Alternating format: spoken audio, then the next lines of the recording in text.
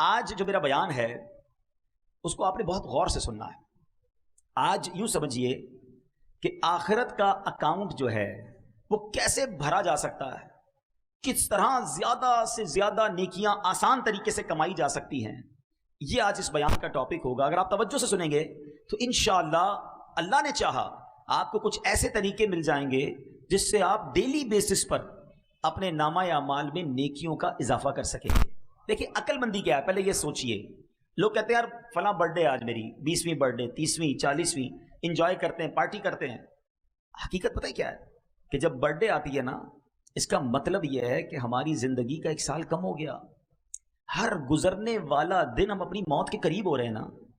عقل مندی کیا ہے کہ جب ہم اپنی موت کے قریب ہوتے جا رہے ہیں، امتحان کا دن قریب آ رہا ہے، تو ہماری تو نیکیاں بڑھنی چاہیے نا. اللہ کی بارگاہ میں پیش ہونا ہے تو ہر گزرنے والے دن کے ساتھ ہمارے نیکیوں میں اضافہ ہونا چاہیے. مگر بدقسمتی یہ ہے کہ دن گزر رہے ہیں، قریب ہو رہا ہوں موت کے، آخرت کے، مگر لگتا ایسا ہے کہ ہر روز اکاؤنٹ مائنس میں جا رہا ہے. گناہ بڑھ رہے ہیں، نیکیوں میں کمی ہے. تو اگر یہی حال رہا تو پھر تو گناہ کا انبار لگ جائے گا، نیکیاں تو ہوں گی نہیں ہاتھ میں، بنے گا کیا میرا. تو آج کے بیان میں ہم نے یہ سمجھنا ہے کہ ہمارے اسلاف بزرگان دین شب و روز کیسے گزارتے تھے اور ان کے ذہن میں کیسا یہ بات ذہن میں بیٹھی ہوئی تھی کہ آخرت کی تیاری کو فوکس کرنا ہے. حضرت رابعہ بصریہ رضی اللہ تعالیٰ عنہ، بہت بڑا نام ہے، یہ ایسی خاتون ہیں جو ولیہ ہیں، 2 صدی ہجری کی مشہور ولیہ. آپ رحمت اللہ تعالیٰ علیہ، اللہ پاک اور اس کے پیارے حبیب علیہ الصلوۃ والسلام سے بڑی محبت کرنے والی اور خوف خدا میں رونے والی، عبادت گزار، شب بیدار خاتون تھی. آپ نے 50 سال ایسے گزارے کہ نہ بستر پر لیٹ کر آرام کیا، نہ تکیے پر سر رکھا. آپ کی خادمہ حضرت عبدہ بنت شوال رحمت اللہ تعالی علیہا فرماتی ہیں کہ حضرت رابعہ ساری رات نماز میں مصروف رہتی، صبح فجر سے پہلے مصلی پر لیٹ جاتی، کچھ ہی دیر کے بعد گھبرا کر اٹھتی اور خود سے کہتی، نفس تو اس ناپائیدار دنیا میں کب تک سوتا رہے گا؟ دنیا تو تنگی کا گھر ہے، پھر یہاں اتنی نیند کیوں؟ آج کچھ دیر جاگ لے، نیکیاں کبا لے، قبر میں میٹھی نیند سو جانا، وہاں قیامت تو کوئی نہیں جگائے گا. عمل یہاں کر لے، آرام وہاں کرنا، پھر اٹھ کر عبادت پہ مصروف ہو جاتی. آپ رحمت اللہ تعالی علیہ نے ساری زندگی ایسے ہی گزاری. تو شاعر کہتے ہیں نا، جاگنا ہے جاگ جاگ لے، افلاک کے سائے تلے، جاگنا ہے جاگ لے، افلاک کے سائے تلے، حشر تک سوتا رہے گا خاک کے سائے تلے. ایک بزرگ کا قول بڑا پیارا ہے، اللہ اکبر. اللہ کرے کہ اس قول کے ہم مصداق بن جائیں. وہ فرماتے ہیں، زمین کے اوپر کام، زمین کے اندر آرام. زمین کے اوپر ایسا کام کر لو میٹھے اسلامی بھائیوں کہ جب زمین کے اندر جائیں نا تو وہاں جو خوش نصیب ہوں گے نا، جس سے اللہ راضی ہوگا، اس کو فرشتے پتہ کیا کہیں گے؟ نم کا نومۃ العروس، سو جا کہ جیسے دلہن سوتی ہے. بس قیامت تک اس کے مزے ہوں گے. حضرت رابعہ بصریہ فرماتی ہیں کہ ایک رات سحری کے وقت میں نے کچھ تسبیحات پڑھی، پھر سو گئی. خواب میں دیکھا کہ ایک ہرا بھرا درخت ہے جو اتنا بڑا ہے اور حسین ہے کہ میں بیان ہی نہیں کر سکتی. کمال کی جگہ تھی، اس پر 3 قسم کے پھل لگے تھے. میں نے کبھی دنیا میں ایسے پھل نہیں دیکھے. کچھ پھل سفید تھے، کچھ سرخ تھے، کچھ زرد تھے، اور سب اس درخت میں چاند سورت کی طرح چمک دمک رہے تھے. فرماتی ہے کہ مجھے وہ درخت بڑا اچھا لگا. میں نے پوچھا یہ کس کا ہے؟ تو کہنے والے نے کہا یہ آپ کا ہے، اور جو بھی آپ نے تسبیحات پڑھی ہیں اس کا بدلہ ہے. یہ اللہ کا ذکر کر رہی تھی نا، یہ اس ذکر کا بدلہ ہے. تو فرماتی ہے میں درخت کے ارد گرد گھومنے لگی کہ میرا درخت ہے. تو دیکھا کچھ پھل زمین پر گرے ہوئے تھے. تو آپ نے کہا کہ کاش یہ پھل بھی درخت پر موجود ہوتے تو کتنے اچھے لگتے. تو کہا کہ یہ وہی لگے ہوئے تھے. مگر جب تسبیح پڑھتے ہوئے آپ سوچنے لگی نا اپنے آٹے کے بارے میں کہ آٹا صحیح گوندا تھا کہ نہیں گوندا تھا، خیال تھوڑی دیر کے لیے ڈسٹرب ہوا تھا، یہ اس وقت یہ والے پھل نیچے گر گئے تھے. اس سے سیکھنے کو کیا ملا میٹھے اسلامی بھائیوں؟ عبادت اللہ کی رضا کے لیے اور صحیح خشوع و خضوع کے ساتھ کی جائے، اس کا مرتبہ، اس کا ثواب، اس کا اجر ہی اور ہے. اور عبادت کرتے ہوئے دھیان ہی کہیں اور ہے. ہمارا تو حال یہ ہے کہ نماز پڑھیں تو ساری فیکٹری کا حساب چل رہا ہوتا ہے، پورا دن کیسے گزارا، بلکہ نمازی میں یاد کر رہے ہو تو سلام پھیر کے فلاں فلاں کو فون بھی کرنا ہے. ہاں سلام پھیرتی فوراً فون اٹھاتا ہے بندہ، یاد آیا نماز میں یار پیسے لینے باقی تھے، فلاں نے ٹائم دیا تھا. سب نماز پڑھ رہے ہیں اللہ کی بارگاہ میں اور دھیان کہیں اور ہے. اصل میں پہلے ہمیں یہ سمجھنا ہوگا شیطان کیا چاہتا ہے. جب تک ہم اپنے دشمن کے وار نہیں سمجھیں گے نا، ہم انڈرسٹینڈ نہیں کر سکیں گے. شیطان پہلے یہ چاہتا ہے ہم عبادت نہ کریں، نہ نماز پڑھیں، نہ روزہ رکھیں، نہ مسجد میں جائیں، نہ صدقہ دیں، نہ خیرات دیں. ٹھیک ہے، وہ تو یہ چاہتا ہے کہ معاذ اللہ ہم بڑے بڑے گناہ کریں، بدکاری کریں، شراب پئیں، جوا کھیلیں، قتل کر دیں، بڑے بڑے گناہ کروانا چاہتا ہے. وجہ کیا ہے؟ شیطان اللہ کی بارگاہ سے مردود ہو چکا ہے, گارنٹیڈ جہنمی ہے. وہ چاہتا ہے میں اکیلا کیوں جاؤں, میں ان کو بھی ساتھ لے کے جاؤں, ان کا ایمان برباد کروں. اچھا جب وہ دیکھتا ہے نا کہ یار یہ بندہ تو دعوت اسلامی کے ماحول میں آ گیا ہے, مذہبی ہو گیا ہے, نمازی ہو گیا ہے, اب وہ دیکھتا ہے میں اس سے نماز نہیں چھڑوا سکتا. ہاں ایک کام ہو سکتا ہے کہ اس کی نماز میں خیالات ڈال دوں, اس کی نماز میں اس کو ڈسٹرب کرنا شروع کر دوں. یہ مسجد میں جا رہا ہے ہفتہ وار اجتماع میں, تو وہاں جا کر بھی اس کو کہوں یار موبائل نکال, چھوڑ, بیان کا کیا کرنا ہے, ابھی بھی لگے ہوئے ہوں گے کچھ لوگ موبائل پہ. اچھا خیالات کہیں اور ہوں گے, تھوڑی دیر بعد اٹھائے گا کہ چل یار مزہ نہیں آ رہا, باہر چلتے ہیں. وہ نیکی سے رکواتا ہے, سمجھو بات کو.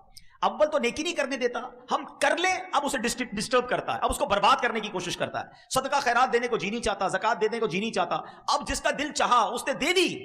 اب شیطان کہتا ہے یار اس نے تو نیکی کر لی, اس نے تو اللہ کی راہ میں خرچ کر لیا, اب اس کا صدقہ ڈسٹرب کیسے ہوگا, اب اس کی زکات برباد کیسے ہوگی. اب شیطان دل میں خیال ڈالتا ہے ذرا لوگوں کو بتانا تو نے کتنے پیسے دیے, چندہ کتنا دیا, کتنی بڑی نیکی کی. اچھا جس کو دیا اس کو ذرا جتا, یاد ہے نا میں نے چندہ دیا تھا, بھول تو نہیں گیا, تیری مدد کی تھی. اس وار کو سمجھو میٹھے اسلامی بھائیوں, اتنا مردود, اتنا مکار ہے کہ پہلے نیکی نہیں کرنے دیتا اور نیکی کر لیں تو بچنے نہیں دیتا, اور ہم ہیں کہ اس کی یاد میں کھیلتے جا رہے ہیں. دیکھیں صدقے کیسے برباد ہوتے ہیں, میں نہیں کہتا, قرآن کہتا ہے یا ایھا الذین آمنوا لا تبطلوا صدقاتکم بالمن والاذی, اے ایمان والو اپنے صدقے باطل نہ کرو. صدقے کیسے باطل ہو جاتے ہیں بھائی, میں نے تو مسجد میں پیسے دیے, رسید مل گئی, پیسے تو پہنچ گئے, باطل کیسے ہو گئے, ختم کیسے ہو گئے, نل اینڈ وائڈ کیسے؟ قرآن کہہ رہا ہے نا اے ایمان والو اپنے صدقے باطل نہ کرو. کس طرح؟ بالمن والاذی, احسان جتا کر یا تکلیف پہنچا کر. اور یہ کر رہے ہوتے ہیں انڈیلیبریٹلی یا ڈیلیبریٹلی, دانستہ و غیر دانستہ ہی چل رہا ہوتا ہے. میں نے اپنے ملازم کی بچی کی شادی کرا دی ہے, میں نے اس کو گھر دلا دیا ہے, بھائی یاد ہے نا تو فقیر تھا, غریب تھا, نوکری والا آیا تھا, چپل پہن کر تیرے کو کاروبار پہ چڑھا دیا, آج لینڈ کروزر, آج گاڑی آ گئی, بھول تو نہیں گیا مجھے. وہ جو آپ نے اس وقت اس کے ساتھ بھلائی کی تھی, یہ جملہ کہہ کر سب ضائع کر دیا. صرف ضائع نہیں کیا, الٹا دل دکھا کر گناہ بھی کما لیا, اور شیطان کامیاب ہو گیا کہ اس کا صدقہ بھی گیا, اس کا ثواب بھی گیا, اس کی نیکی بھی گئی, اور الٹا گناہ گار ہو گیا, اور ہمیں پتہ بھی نہیں چلتا. نمازیں پڑھ کر دوسروں کو حقیر جان رہے ہوتے ہیں. یاد رکھیے نماز ضرور پڑھیے, مگر میں نمازی ہوں تو باقی سارے جہنمی ہیں, ایسا نہیں ہے. ایک بزرگ کے بارے میں آتا ہے نا کہ وہ اپنے بیٹے کے ساتھ کسی سفر پر جا رہے تھے, رات کا وقت ہوا, مسافر خانے میں رکے, تو بیٹا بھی نمازی, باپ بھی نمازی, تہجد میں دونوں باپ بیٹے اٹھے, تہجد ادا کی. سارے مسافر خانے میں قافلے والے سو رہے تھے. بیٹا کہتا ہے ابا جان یہ کیسے لوگ ہیں, سارے سو رہے ہیں, کسی نے تہجد نہیں پڑھی. اللہ اکبر, وہ والد تھے نا, وہ اللہ والے تھے, کہتے بیٹا تو بھی سویا رہتا تو ٹھیک تھا, تو نے آج تہجد پڑھ لی, تجھے باقی لوگ سارے حقیر نظر آنے لگے, اس سے بہتر تو بھی سویا رہتا تو ٹھیک تھا. تو یہ وار شیطان کے سمجھو. شیطان نیکی کرنے کے بعد, جیسے ہم نیکی کرتے ہیں نا, اس کو بے چینی شروع ہو جاتی ہے. اب وہ پلاننگ کرتا ہے کدھر سے اس کی نیکی چھین لوں, کدھر سے اس کی نیکی ڈسٹرب کر دوں. جب تک ہم یہ سمجھیں گے نہیں, حضرت رابعہ بصریہ رضی اللہ تعالیٰ عنہ جیسی ولیہ فرماتی تھوڑی دیر کے لیے تسبیح کرتے کرتے دھیان کہیں اور گیا, تو وہ جنت کے درخت پر جو پھل لگے تھے وہ گر گئے. ہمارا تو روز ہی دھیان کہیں اور ہوتا ہے, ادھر دعا کرتے دھیان کہیں اور ہوتا ہے. اللہم آمین آمین آمین کہہ رہے, پتہ نہیں امام صاحب کیا دعا کر رہے ہیں, کبھی ادھر دیکھ رہے ہیں, کبھی ادھر دیکھ رہے ہیں, کبھی داڑھی کھجا رہے ہیں. کبھی سوچا ہے نماز اور دعا کس کے لیے ہوتی ہے, کس کی بارگاہ میں حاضر ہیں؟ اللہ اکبر کہہ کر ہم حاضر ہو گئے اللہ کی بارگاہ میں, اے اللہ میں حاضر ہوں. کبھی منسٹر, کبھی بڑے بڑے بزنس مین, کسی وڈیرے, کسی جناب بڑے شخصیت کے پاس جائیں اور اس کے پاس جا کر دھیان کہیں اور ہوتا ہے, اس کو فوکس کرتے ہو. پھر اللہ کی بارگاہ میں کہیں اور دھیان ہے, مانگ رہے ہیں اللہ سے اور دھیان کہیں اور ہے, پھر کیسے دعا قبول ہوگی؟ علماء فرماتے ہیں اللہ غافل دل کی دعا نہیں سنتا, تو دعا میں دل ہی غافل ہوتا ہے. مانگ رہے ہیں اللہ سے, دھیان کہیں اور ہے. نہیں, اللہ ہی کی طرف دھیان ہو, اس کے دربار کی طرف دھیان ہو. اچھا اب آپ کہیں گے جناب آپ کہہ رہے ہیں بھائی دھیان تو ہے نہیں تو کیا نماز پڑھنا چھوڑ دیں؟ نہیں, یہ بڑا پرابلم ہے. جب کسی کو کہو نا یار آپ کی پرابلم یہ ہے تو کہتے ہیں میں نماز ہی نہیں پڑھتا, بھائی میرا تو دھیان ہی کہیں اور ہوتا. شیطان کامیاب ہو گیا, وہ چاہتا ہی تھا کہ آپ بے نمازی ہو جائیں. اب آپ مقابلہ کریں شیطان سے کہ اچھا میرے دھیان کو, میرے فوکس کو, میری عبادت کو شیطان برباد کرتا ہے.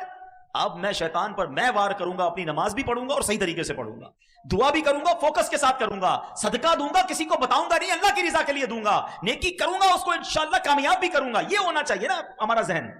تو بہرحال میرے میٹھے اسلامی بھائیوں, چلیں لگے ہاتھوں میں آپ کو یہ بتا دوں کہ اگر نماز میں دھیان نہیں لگتا, ذہن کہیں اور ہوتا ہے, تو اس کا طریقہ کیا ہے؟ اس کے کئی طریقے علماء نے بیان کیے. ایک تو آپ اپنے ذہن میں جب نماز پڑھیں تو دنیاوی خیالات سے اس کو پاک کرنے کی کوشش کریں. دوسرا, جو نماز میں پڑھتے ہیں نا اس کا ترجمہ یاد کر لیں. آپ کو پتا تو ہوا پڑھ کیا رہے ہیں, امام صاحب کیا پڑھ رہے ہیں, الحمدللہ رب العالمین الرحمن الرحیم مالک یوم الدین. اس کا ترجمہ جب آپ کے ذہن میں ہوگا نا کہ میں اللہ کی شان بیان کر رہا ہوں، اللہ روز جزا کا مالک ہے، وہ رحمان بھی ہے، وہ رحیم بھی ہے، میں اس سے عرض کر رہا ہوں کہ اللہ مجھے سیدھے راستے پہ چلا، اہدنا الصراط المستقیم صراط الذین انعمت علیہم. اے اللہ ان لوگوں کے راستے پہ چلا جس پر تیرا انعام ہوا، ان لوگوں کے راستے سے بچا لے مالک جس پر تیرا غضب ہوا. اب جب آپ سورہ فاتحہ کے ساتھ ہیں، سورہ اخلاص کے ساتھ ہیں، سبحان ربی العظیم کہہ رہے ہیں، تو دل کہہ رہا ہے کہ اللہ تو عظیم ہے، میں تیری بارگاہ میں سر جھکایا ہوا ہوں. تو اب آپ کا جب نماز میں دل لگ رہا ہوگا، اب آپ کو پتا ہوگا آپ کیا پڑھ رہے ہیں، تو انشاءاللہ دل لگ جائے گا.